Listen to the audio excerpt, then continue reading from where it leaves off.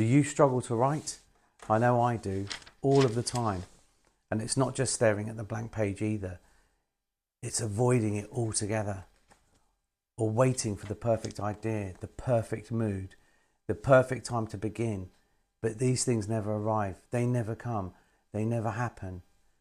The key thing is, something that I've done and something that works for me, is to just write 3 A5 pages a day. Here are my 3 pages. I'm going to share them with you right now. The day began with bleary-eyed murder. First, the killing of the alarm by way of the snooze button, followed by the killing of ants. It started with disinfectant spray and ended up with boiling water. I'm not sure if the water was an upgrade or downgrade in terms of my method. I suppose it was more instant. The ants stopped moving on contact. No extended wriggling and attempts to escape the harsh chemicals. No additional sprays required. And a lower risk of food contamination from the airborne droplets spreading and settling.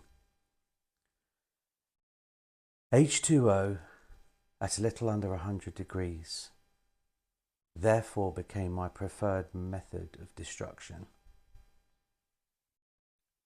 But it isn't perfect, let me tell you. Boiling water cools quickly, becoming less effective over time, and it makes a mess when poured from a great height. The weight of the kettle making it difficult to aim, the water splashing everywhere, taking the dead ants with it. Why do they have to come back year after year, always at the same time? As if somebody had written Ant Day in the calendar. Why do they turn me into a killer? Perhaps that's why I didn't sleep so well last night.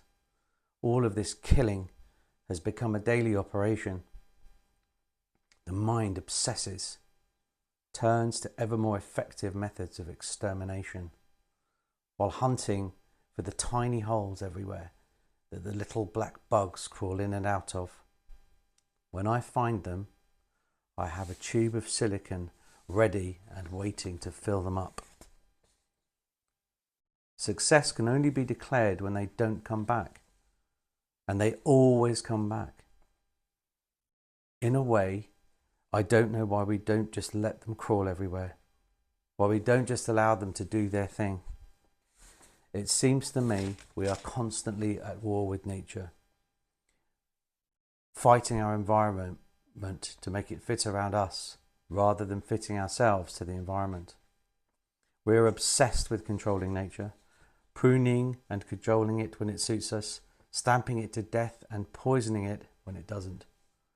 I wonder when this shift happened. I suppose it must have been around the time of the agricultural revolution, when forests were cleared to make way for crops and money became the currency of trade, leading us to kill one another for territory, to lay claim to it. Buy land, Mark Twain once said. They're not making any more of it. He's absolutely right. And that's what the rich, at least, are doing. Obsessed with supply and demand. They know the amount of land in the world is fixed. Save a little reclamation here and there. Clawing land out of the sea. Few things, let's call them assets, are so constrained.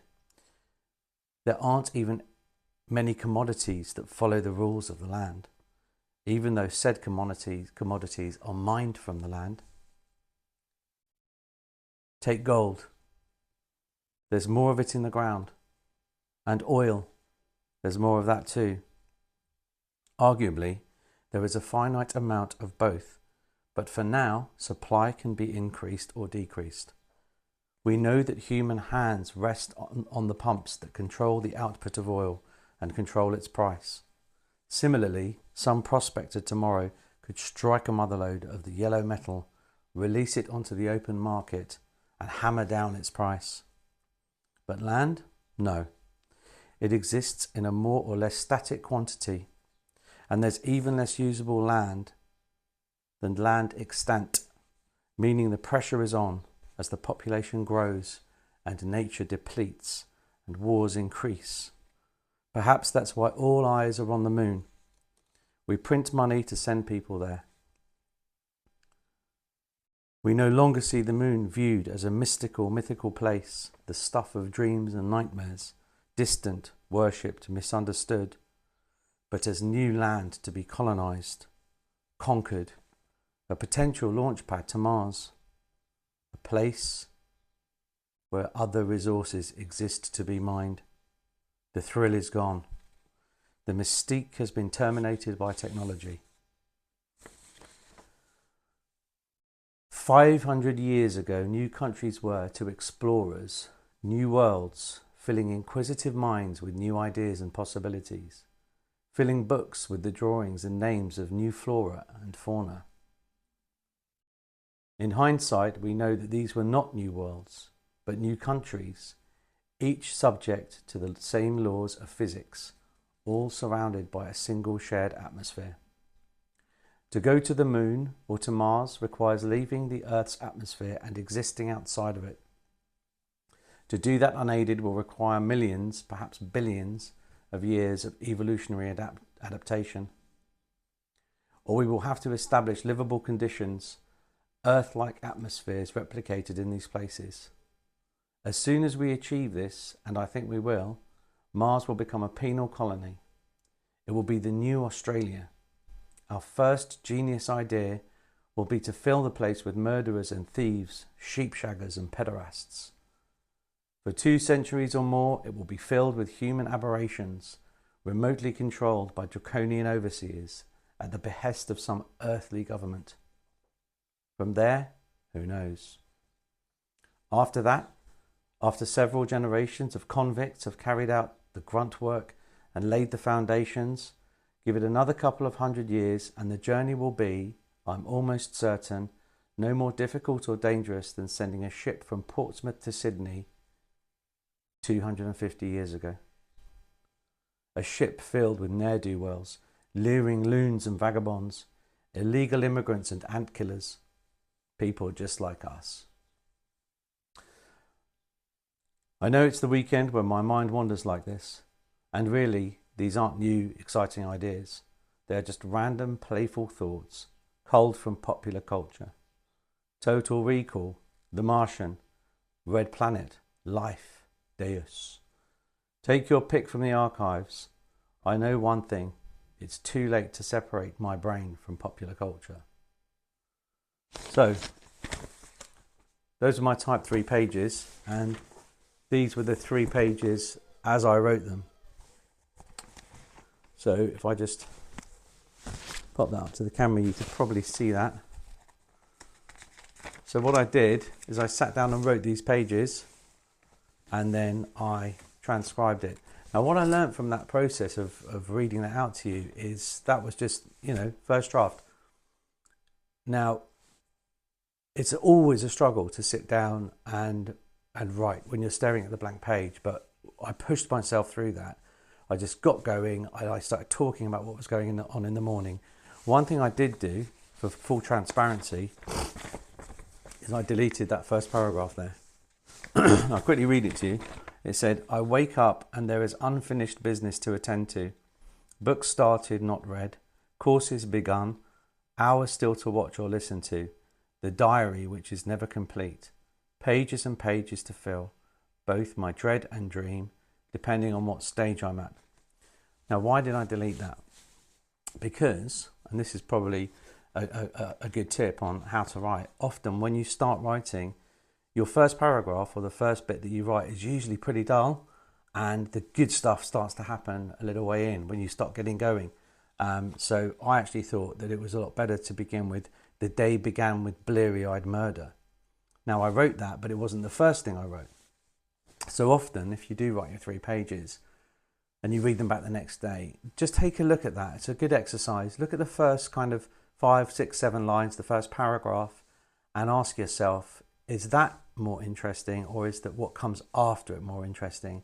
And usually, say if you're writing a short story or a novel or something like that, if you just cut that first, like sometimes the whole first page, sometimes the first chapter, then you realise actually that was what you needed to get to the the bit that's really exciting, really interesting. And, you know, I think this really important exercise for me to do with you is just writing this first draft and not changing it too much. I mean, tiny edits, right, are allowed if you want. For me, I've allowed myself one edit. So you can see I'll probably, you know, crossed out a couple of things there before I read it, just for clarity.